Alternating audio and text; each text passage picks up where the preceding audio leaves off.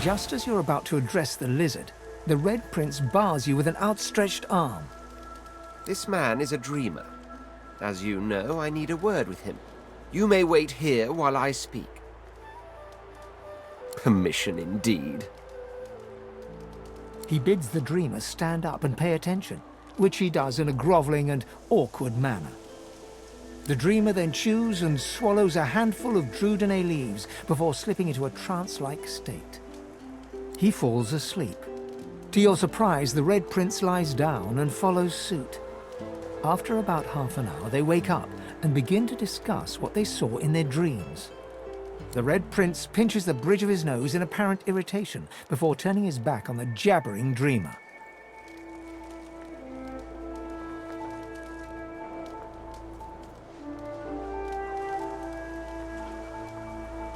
You receive a withering glance in response. A deserved bit of sarcasm, I suppose. But though this stingtail fellow may be a less than stellar specimen in the firmament of dreamers, the dreams themselves prove to be quite elucidating. Turns out I'm being hunted by an enemy I didn't know actually existed. The myth-shrouded House of Shadows. The dreamers, though, they're on my side, and they've visions of me on the throne.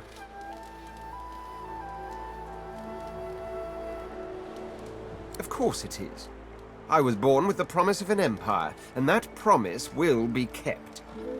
But to keep it, I must find a second dreamer. A greater one. A more experienced traveler of the dream world. Bahara is her name, and she resides in the swamplands east of the fort. So, let us make our escape and venture there post-haste. You know, I could tell you all about swamp dreamers too if I chewed that much Divinity. Oh, do hold your prickly tongue. Yes, by all means, let us partake in the art of conversation. I intend to rule an empire one day, not a tiny outcropping in the sea, lording over gulls and guppy fish. To that end, I suggest we focus on the obvious. A farewell to Fort Joy and a hello to the mainland. Of course, I'd much appreciate it if we managed to find Bahara first. But that's the whole idea, I'm afraid. Even I myself thought it a myth. See, the ancient empire consists of 3 houses. The noble houses of war and dreams, and the upstart house of law. We of war rule the empire. Or so I thought. For if the warnings I was given are true, there's not only such a thing as the House of Shadows, it also pulls the strings, and it seeks to string me up first chance it gets. And you in me.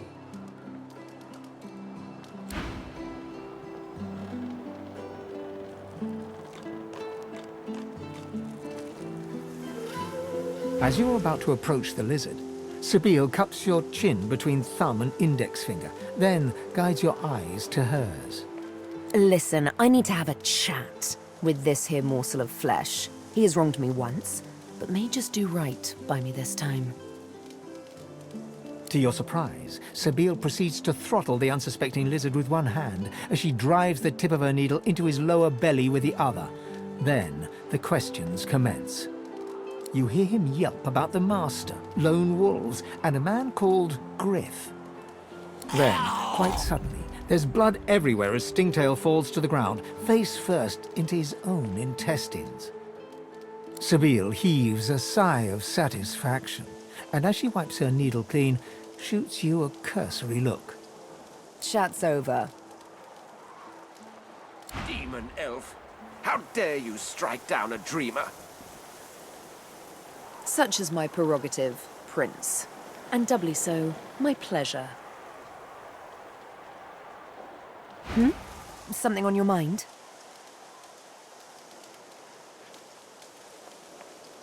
It's simple. He scarred me, so I scarred him. Extensively.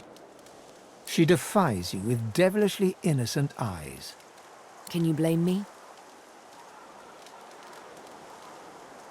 There it is. I was wondering when your spine would make an appearance.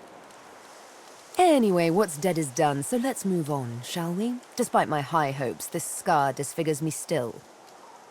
The search for the master continues, of course. Hungry work, the hunt. And you know what? I'm feeling a bit peckish. Stingtail mentioned a cook, as it happens. Fellow named Griff. 2 birds, 1 stone. How about it?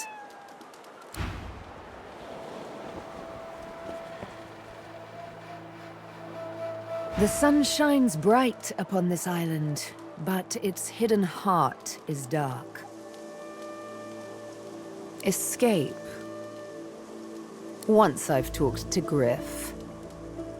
My, I did get you all worked up, didn't I? Afraid you won't be able to sleep tonight?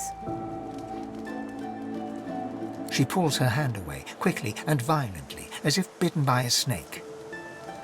No, it's fine. I don't know why I did that. I suppose I'm a bit skittish from time to time. Skittish like a cat that's seen too much unkindness. You see, there's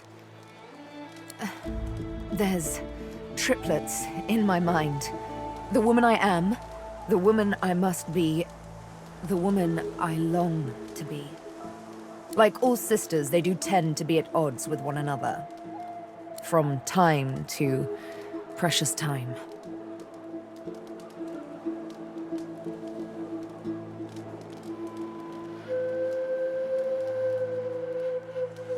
If the present is all that matters, you must take me as I am. Sunshine and shadow, both. You can see what I can do. What comes as easily as a morning's yawn or a rush of blood in the presence of beauty. This, you must accept.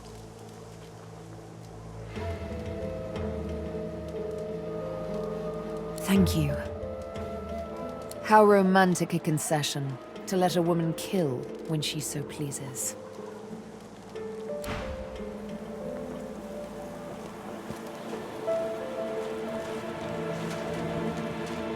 Quite right. Do seek my counsel. I highly recommend it.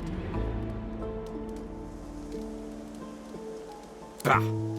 I should whip her till she's as red-skinned as I am, then leave her for the birds to peck clean. But there are broad waters between should and shall at the present, and I'm nothing if not a patient prince. It's forgiving that I've more trouble with. Still, you bewilder me just as much, don't you know? It was you who invited little Miss Needlework into the fold. Do you mean to tell me you're comfortable with what she's done?